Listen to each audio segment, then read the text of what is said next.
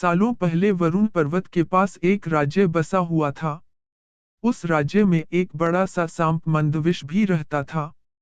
बूढ़ा होने की वजह से वह आसानी से अपना शिकार ढूंढ नहीं पाता था। एक दिन उसने तरकीब सोची। वो तुरंत मेंढकों से भरे हुए एक तालाब के पास पहुंच गया। वहां वह दुखी सा होकर एक पत्थर के ऊपर बैठ गया। तभी पास के पत्थर पर बैठे एक मेंढक ने उसे देखा।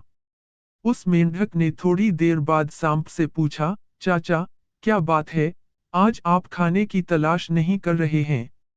अपने लिए भोजन नहीं जुटाएंगे? इतना सुनते ही सांप ने रोनी सी सूरत बनाकर मेंढक को कहानी सुनाई। सांप ने कहा, मैं आज भोजन की तलाश में किसी मेंढक के पीछे पीछे जा रहा था। अचानक से मेंढक ब्राह्मणों के झुंड में जाकर छुप गया। मेंढक को भोजन बनाने के चक्कर मैंने गलती से एक ब्राह्मण की बेटी को काट दिया, जिससे उसकी मौत हो गई। इससे नाराज होकर ब्राह्मण ने मुझे श्राप दे दिया।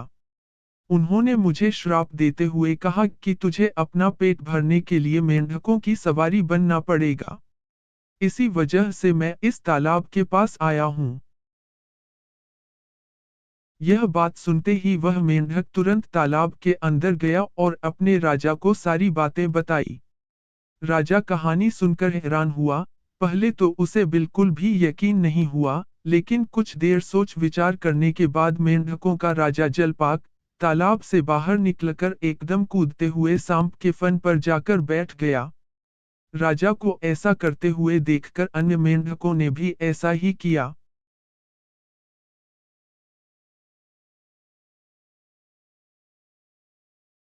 सांप समझ गया था कि मेंढक अभी मेरी परीक्षा ले रहे हैं। सांप भी बिना विचलित हुए आराम से सबको अपने फन पर कूदने दे रहा था और उन्हें घुमा रहा था। इसके बाद मेंढकों के राजा ने कहा, जितना मजा मुझे सांप की सवारी करके आया, उतना मुझे आज तक किसी की सवारी करके नहीं आया। मेंढकों का भरोसा जीतने के बाद अब धीरे धीरे सांप रोज मेंढकों की सवारी बनने लगा। कुछ दिन बाद चतुर सांप ने अपने चलने की गति थोड़ी धीमी कर दी।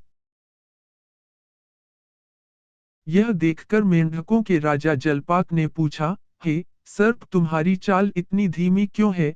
इसके जवाब में सांप ने कहा, एक तो मैं बूढ़ा हूँ और ब्राह्मण के श्राप की वजह से बहुत दिनों से भूखा भी हूँ।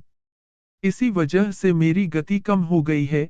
इतना सुनते ही राजा ने कहा, तुम छोटे छोटे मेंढक को खा लो। यह सुनकर मन ही मन सांप बहुत प्रसन्न हुआ। उसने कहा, राजन, मुझे ब्राह्मण का श्राप है। मैं मेंढक खा नहीं सकता हूँ, लेकिन अगर आप कहते हैं, तो मैं खा लेता हूँ। ऐसा करते करते वह रोज छोटे छोटे मेंढक खाने लगा और वह तंदुरुस्त हो गया।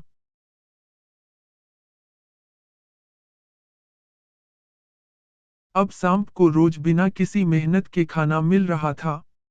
सांप काफी प्रसन्न था। मेंढक सांप की चाल अब तक नहीं समझ पाए थे। मेंढक के राजा को भी सांप की इस साजिश की भनक नहीं लगी। होते होते एक दिन सांप ने मेंढक के राजा जलपाक को भी खा लिया और तालाब में रहने वाले सारे मेंढकों के वंश का नाश कर दिया।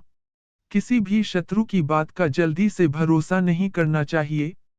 इससे खुद की और अपने लोगों की हानि होना निश्चित है।